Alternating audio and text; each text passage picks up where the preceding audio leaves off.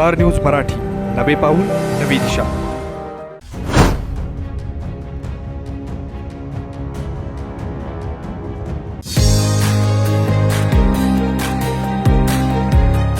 प्रवेश सुरू. Doctor DY. Patil public school विटा, CBSE, play group, nursery, LKG, UKG, पहिली ते 9वी, रोबोटिक्स, प्रत्येक क्लासमध्ये स्मार्ट बोर्ड, ॲबॅकस, आधुनिक प्रशस्त science lab, science Olympiad, NTSC, MTSC, NSSC scholarship परीक्षा तयारी. 8वी पासून IIT, JEE, नीट फाउंडेशन कोर्स बॅच सुरू. तायक्वांदो, योगा, स्केटिंग, धनुर्विद्या, संगीत, गिटार, डान्स. SS कम्युनिकेशन द्वारा संचलित द मोबाईल स्पेस घेऊन येत आहे धमाका ऑफर्स. आयफोनसह सर्व प्रकारच्या नामवंत कंपन्यांचे अँड्रॉइड फोन खरेदी करा आणि प्रत्येक मोबाईल खरेदीवर मिळवा हमखास भेटवस्तू आणि सोबत मिळवा 2 वर्षांची वॉरंटी. एवढंच नव्हे तर ब्रँडेड मोबाईलवर 30% डिस्काउंट, ॲक्सेसरीजवर तब्बल 70% मोठा डिस्काउंट. शिवाय आमच्याकडे अत्याधुनिक पद्धतीनं मोबाईल दुरुस्ती देखील उपलब्ध. या धमाकेदार ऑफरचा लाभ घेण्यासाठी द मोबाईल स्पेस या शोरूमला आजच भेट द्या. महाराष्ट्र राज्य डिजिटल पत्रकार संघ आणि संघाचं आज अधिवेशन होते आणि वानखेडे साहेब आज एका वेगळ्या स्टेजवर आहे. तसा मी टेन्शनमध्ये आहे. तसं जयकुमार गोरे सहजासहजी टेन्शन घेत नाही. माझ्यामुळे अनेकांना टेन्शन घ्यावं लागतं, पण आज इथं मी टेन्शनमध्ये आहे. पण माझ्या बाजूला देशातला एक मोठा पत्रकार, एक मोठा विचारवंत, की जो आपल्या विचारानं देशातल्या अनेक गोष्टीवर देशाचं मत बनवायची क्षमता असणारा असा एक मोठा पत्रकार माझ्या बाजूला बसतो. साहेब, अनेकदा आपले व्हिडिओज, आपले विचार अनेकदा मी ऐकलेले आहेत आणि अनेकदा वानखेडे साहेबांनी मत मांडले म्हणजे त्याच्यात विश्वासार्थ आहे असं वाटणारा मी माणूस आहे. म्हणजे तुम्ही आलाय म्हणून अजिबात बोलत नाही. मी खरं बोलणारा आणि आहे असा पसंत असला तर हो म्हणायला तर सोडून द्या म्हणणारा माणूस आहे. तर मी माझी भूमिका प्रामाणिकपणे मांडतो. अनेकदा आपली भूमिका मी बघत असताना मला त्याच्यामध्ये विश्वासार्थ वाटणारा पत्रकार म्हणून आज आपल्याकडे बघतो आणि तुमच्यासोबत आज बसायची कार्यक्रम करायची संधी मिळाली. मी ज्या कार्यक्रमाचा उद्घाटक आहे त्याचे तुम्ही अध्यक्ष आहात म्हणून निवेदकानं जेव्हा तुम्हाला बोलायला सांगितलं तेव्हा मी लगेच सांगितलं की ते अध्यक्ष आहेत कार्यक्रमात. तेव्हा कार्यक्रमाचा अध्यक्ष हा कार्यक्रमातला सगळ्यात मुख्य माणूस असतो. त्याने अध्यक्ष भाषण हे सगळ्या पाहुण्यांच्या नंतर करायचं असतं. तेव्हा आपल्या मनापासून या ठिकाणी स्वागत करतो, कारण ही माझी कर्मभूमी आहे. माझं व्यक्तिमत्व ज्या मातीमध्ये घडलं ती माती सांगलीची आहे. की मी शिक्षणाच्या निमित्ताने इथं आलो. इथं आल्यानंतर मला पहिल्यापासून थोडं तब्येतीचं छंद आहे. पहिल्यापासून आरोग्य ते आरोग्य म्हणतात, मी तब्येत म्हणतो. आणि तब्येत सांभाळायचं असेल की आरोग्य आपोआप मागे येतं तब्येतीच्या. तेव्हा इथंच मी कॉलेजचं शिक्षण माझं इथं झालं. व्यवसायाला सुरुवात इथंच केली. आणि विशालजी जे बोलले, विशालजींनी काय मतं मांडली तर ते आहे की अनेक माझे सहकारी त्यावेळी माझ्यासोबत खेळणारे, माझ्यासोबत फिरणारे, माझ्या सोबत राहणारे संजूभाऊ इथं आहेत. ते मला पहिल्यापासूनच सिनियर आहेत आणि तेव्हा ते राजकीय क्षेत्रामध्ये, पत्रकारितेमध्ये स्वतःचा पेपर, स्वतःची आयडेंटिटी असणारं व्यक्तिमत्व होतं. तुमच्या बाजूला पलीकडे एक आमचा बसला आहे मित्र पप्पू डोंगरे म्हणून आहेत. साहेब, ते 10 बाय 10च्या पत्र्याच्या खोलीत राहणारं पोरगं. आम्ही सोबत होतो. आता बघितलं अर्ध माधवनगर त्याच्या नावावर आहे. सांगलीच्या कुठल्याही चौकात गेला, सांगलीच्या कुठल्याही चौकात गेला आणि पप्पूची बिल्डिंग नाही असं नाही, पण 10 बाय 10च्या खोलीत राहणारं पोरगं. पहिल्यांदा 2000ला ग्रामपंचायतीचं सरपंच करायला काय काय उपयोग केले तर आता इथं सांगत नाही, पण त्यावेळी जर ते सरपंच झाले नसते तर आज हे व्यक्तिमत्व उभं राहिलं नसतं. असे अनेक सहकारी घडवले. तर विशालजी या ठिकाणी, विशालजींना मी लहानपणापासून मी बघतोय आणि थोडंसं दादांचे नातू हा विषय होता. त्यामुळे सुरुवातीच्या कालखंडामध्ये दबून राहिलेलं व्यक्तिमत्व. पण परखड आणि स्वतःच्या विचाराने पुढे जाणारा एक नव्या पिढीतला एक युवक म्हणून आज त्याच्याकडे बघायला आपण सगळेजण बघतोय. आणि आता खासदार म्हणून काम करत असताना ते खूप चांगलं काम आज करताना आपण बघतोय. तेव्हा पक्ष पार्टीचा विषय सोडून द्या, पक्ष कुठल्या पक्षाचा आहे काय आहे, शेवटी कुठल्याही पक्षाचा असला तरी माणसाला स्वतःचा विचार असतो आणि तो विचार जो परखडपणे पुढे घेऊन जातो तो चालत राहतो. शेवटी आपल्याला कुणाचा तरी आधार घ्यायला पुढे जाताना कुठल्या तरी प्लॅटफॉर्म खाली आपल्याला जायला लागतं, हा विषय येतो. त्यामुळं अनेकदा विशालजी प्लॅटफॉर्म मध्ये आपण ज्या काम करतोय तिथं आपली आवश्यकता आहे का नाही हे तपासायला लागतं आपल्याला. त्यामुळे अनेक निर्णय आपल्याला घ्यायला लागतात, हा विषय आपण जाऊ द्या. आज या ठिकाणी मजबूत राजकारणी पण आहेत, ते राजकारणी आहेत, संस्था आता बघितलं यांच्याकडून शिकलंच पाहिजे मला. आता मगाशी जे सांगत होते आमच्याकडे काय काय आहे हे सांगताना मलाही आता लक्षात राहिलं नाही एवढं संस्था त्यांच्या आज इथं काम करतात. म्हणजे हे सगळं उभं केलंय आपण आणि किती संघर्षात्न केलं मला माहिती आहे. ही संस्था पुन्हा आपण घेत असताना केलेला संघर्ष, त्यातनं झालेल्या यातना सगळं माहिती आहे. त्यामुळे यात आपलं तुमचा काय वेगळा नाही संघर्ष, कदाचित तुमच्यापेक्षा अधिकचा अनेक संघर्ष माझ्या वाट्याला नाही. त्यामुळं या कार्यक्रमाला तुमच्यामुळे मला येता आलं याचा मनापासूनचा आनंद आहे. आज आपण बघतो वेगानं डिजिटल मीडियाचं महत्त्व, आज वाढताना आपण बघतो. प्रिंट मीडिया तर आहे, त्याचं महत्त्व अनन्यसाधारण आहे आणि आजही ते काय मी कमी झालं म्हणणार नाही. ठीक आहे, वाचक थोडासा कमी होऊ शकतो, कारण आता सगळ्या बातम्या तुम्ही आज मी काय म्हटलं हे दुसऱ्या दिवशी छापायची वाट बघायचं कारणच नाही. आता एखादं माझं वाक्य गेलं पण असेल पुढं. ही जी परिस्थिती आज आहे ते लोकांना या सगळ्या गोष्टी प्लॅटफॉर्मवर मिळत असतात. पण आजच्या घडीला डिजिटल मीडिया हे सगळ्यात महत्त्वाचं साधन आज आहे या देशामध्ये. डिजिटल मीडियाचा वर्ग आपण बघितला, आज जवळजवळ माझ्या हिशोबानं 40 ते 45 कोटी लोकांच्याकडे मोबाईल आहे आज फक्त भारत देशामध्ये, भारतात. आणि या 40-45 कोटी 50 कोटीच्या आसपासच्या मोबाईलमध्ये डिजिटल मीडियाचा वापर करणार किंवा बघणारे, त्यामध्ये व्हॉट्सअप असेल, अगदी स्नॅपचॅट असेल, फेसबुक असेल, हे सगळं बघणाऱ्याची संख्या किमान 30-35 कोटीच्या आसपासची असेल, जी अमेरिकेच्या लोकसंख्येच्या दुप्पट आहे. 20 कोटीच्या आसपासची अमेरिकेची लोकसंख्या असेल, त्या लोकसंख्येच्या दुप्पट आपले लोक आहेत की जो डिजिटल मीडियाचा वापर करतात आणि प्रत्यक्षात वापरतात. अशा पद्धतीची परिस्थिती आहे. आज आपण बघितलं मार्केटिंगमध्ये तर डिजिटल मीडिया आहेच आहे. आता सगळ्यात एखाद्याला कुणाला उठवायचा आणि कुणाला झोपवायचा कार्यक्रम ठरवलं सगळ्या डिजिटल मीडियानं, तर कुणाचाही कार्यक्रम आणि काय खरं काय खोटं ठरवण्याचे आम्हाला आमचं हेच नाही, काय खरं काय खोटं सांगायचं आम्हाला, तर तुम्हीच ठरवायचं हे काय खरं आणि काय खोटं आहे असं ठरवू शकता एवढी क्षमता आहे. आज सकाळी हे राज्य कुठल्या दिशेनं न्यायचं आहे हे तुम्हीच ठरवता, ही क्षमता आहे त्याला. आज एवढी मोठी क्षमता आहे की दिवसभर मग त्याच्यावर स्पष्टीकरण देत दिवस कधी जातो कळत नाही. हे झालं काय ते झालं याच्यावर चर्चा करून चर्चा चालू ठेवायचा एवढी क्षमता आज आहे. तेव्हा मी सांगेन आपल्याला की शेवटी आज लोकशाहीचा 4था स्तंभ आहे. पत्रकार हा देशातला सगळ्यात महत्त्वाचा घटक आहे आणि कदाचित मी सांगितलं की तुम्हाला एवढ्या परखडपणे किती मोठा नेता असला, कुणी असला, किती मोठा उद्योगपती असला, तर किती छोटा पत्रकार असला तर त्याच्यावर तेवढ्या परखडपणे लिहू शकतो, विचार मांडू शकतो. कदाचित आम्ही विचार करतो आपण ह्याच्यावर बोललो तर आपलं काय होईल, पण पत्रकार असे अनेक परखड पत्रकार आहेत की जे त्याला तमानं बाळगणारे आणि अनेकांची डोकी जाग्यावर आणण्याची क्षमता असणारे, सत्तेचा माज उतरवणारे पत्रकारिता सुद्धा आज आपण बघतो की अनेक पत्रकार आहेत की ज्यांनी अनेकांची सत्तेची असणारी मस्ती उतरवायचं काम केलेलं आहे. त्यामुळे हे सगळं आपण बघतो. या सगळ्या प्रक्रियेमध्ये आपलं जे काम डिजिटल मीडियाचं आहे वादातीत आहे. त्यामुळे माझं या माध्यमातून आपल्याला एवढंच सांगायचं आहे की शेवटी ही नव्या पिढी घडवत असताना शेवटी या पिढीचं नुकसान होऊ नये ही मात्र आपण काळजी घेतली पाहिजे.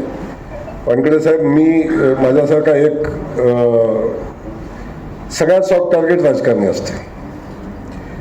हे तुम्ही मान्य कराल, मी सांगायचं कारण सगळ्यात सॉफ्ट टार्गेट कोण असेल तर राजकारणी असेल. पण ठीक आहे, काही राजकारण्यांच्या बाबतीत आपण संशोधन करणं आवश्यक आहे. पण एक राजकारणी घडायला साहेब, एक पॉलिटिशियन घडायला, एक राजकारणी घडायला त्याचा खूप मोठा संघर्ष असतो, खूप मोठा संघर्ष असतो. आणि माझ्यासारखा घडायला तर शून्यात नाही साहेब. ज्याला पहिल्या दिवशी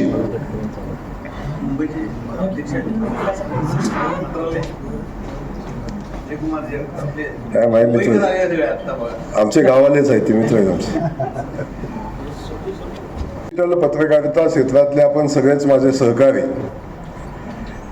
वानखेडे साहेब, मी आज मनापासून हृदयापासून सांगेन, माझ्यासारखा एका शेतकऱ्याचा मुलगा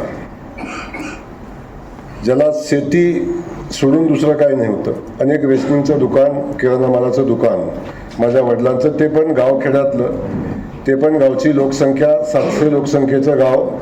त्या गावात माझं रेशनिंगचं दुकान वडिलांचं आणि किराणा मालाचं दुकान आणि शेती, याच्या पलीकडची कुठलीही राजकीय पार्श्वभूमी नसलेलं कुटुंब. आणि त्या कुटुंबातला पोरगा 4 वेळा आमदार होऊन आज राज्याचा मंत्री म्हणून काम करतोय. या सगळ्या माझ्या प्रक्रियेमध्ये जर मला सगळ्यात मोठी साथ, सगळ्यात मोठं ताकद आणि माझे विचार पुढे घेऊन जायला आणि मला प्लॅटफॉर्म कोणी दिला असेल तर तो आमच्या पत्रकार बांधवांनी दिला. म्हणूनच आज जयकुमार गोरे इथं आहे, हे मी मनापासून आणि हृदयापासून सांगेन. शेवटी नाही तर एवढ्या मोठ्या प्रस्थापितांच्या गर्दीमध्ये, राजे महाराजांच्या गर्दीमध्ये असं एखादं व्यक्तिमत्व, या व्यक्तिमत्वासोबत स्पर्धा करून पुढे येणं हे सहज शक्य नाही, हे अशक्य कोटीतली गोष्ट आहे. त्यामुळे मला सांगताना अभिमान वाटतो की मी अनेकदा म्हणतो की माझ्या पत्रकार बांधवांनाही सांगत असतो, आणि संजूभाऊ आपण म्हणला, पण माझं आणि माझ्या आयुष्यात कधीही पत्रकाराचं भांडण झालेलं नाही. पत्रकारिता आणि माझं खूप जवळचं नातं जपणारा मी कार्यकर्ता आहे. शेवटी आपल्या चांगल्या आणि वाईट गोष्टी मांडणारा पत्रकार आपल्याला जीवनामध्ये सुधारण्याची संधी निर्माण करून देतो.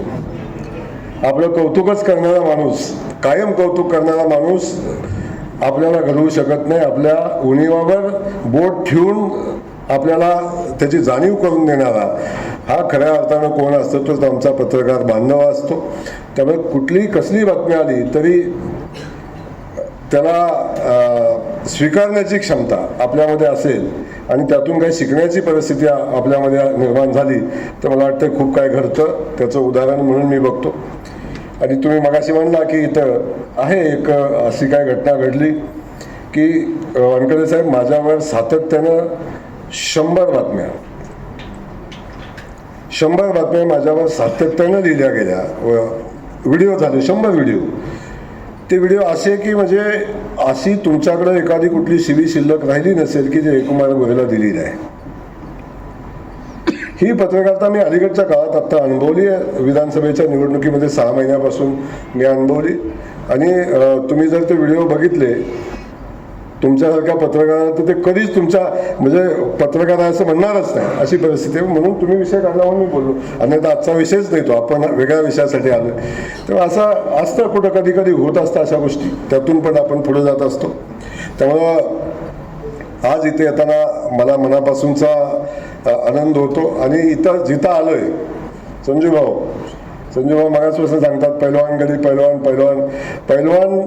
मी थोडं आधुनिक पैलवान आहे, पैलवानातला आधुनिक पैलवान मी आहे. कारण मी कुठं जाईल तिथं माझं मत मांडण्याचं स्वातंत्र्य जिथं आहे मला, त्या ठिकाणीच मी काम करतो.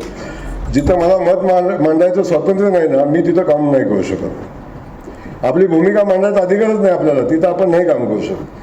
तर माझं अनेकदा बंडखोरी झालेली आहे, विशालजी कारखान्यावर पण झालेली आहे. म्हणजे आपलं अनेकदा झालं, म्हणजे कधी कधी विशालजीच्या कुटुंबाचा माझाही संघर्ष झालेला आहे, तो विषय नाही. पण तो संघर्ष वेगळा अँगलचा संघर्ष होता. मी इथं येत असताना मगाचं संजूभाऊ सांगता, संजू की भावना मी फोन केला जयकुमारला, तुम्ही आला. संजूभाऊ, तुमचा अधिकारच आहे माझ्यावरती, अधिकार आहे तुमचा. म्हणजे जी लोक, मी आजही सांगतो, विशालजी मगाशी म्हणजे खरं आहे, वानखेडे साहेब मी किती मोठा झालो,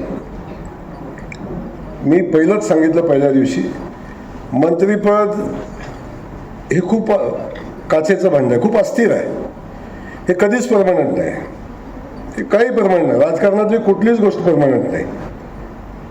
त्यामुळे राजकारण आपण घडवत असताना आपल्या पायापासून ज्या गोष्टी आपल्यासोबत होत्या, जी लोक आपल्यासोबत होती, तीच आपल्यापर्यंत शेवटपर्यंत राहणार आहेत. आज मी पहिलाच सांगितलं की मंत्रीपद लगेच होईल लगेच माझी होते, काय वेळ लागत नाही त्याला माझी आजी व्हायला. पण आपण जे कर्तृत्वानं इथंपर्यंत आलो आणि तेव्हा जे मला जयाभाऊ नावाचं एक पद लागले, भाऊ नावाचं पद लागले ना संजू भाऊ, ते मी अस्थिवर जाताना सुद्धा ते सोबत राहणार आहे, ते जाणार नाही. आणि ती भूमिका ठेवून आपण काम करायची भूमिका घेतो. त्यामुळे संजू भाऊ, आपण एक फोन केला, प्रत्यक्ष भेटलोही नाही कार्यक्रमाला या म्हणून सांगायला, असं अजिबात मला गरज भासली नाही. की आपला एक सहकार एवढ्या आत्मीयतेनं सांगतोय की तुम्ही आलं पाहिजे. फक्त मी एक सांगितलं की बाबा तुम्ही तुमच्या लोकांना विचारून घ्या मी चालतो का, नाहीतर पुन्हा वांद्याचा कार्यक्रम नको. त्यामुळं आपण तुम्हाला चालत असेल तर मी नक्की येतो. आणि आज या ठिकाणी संजूभाऊ आलो आपण मला बोलवणार.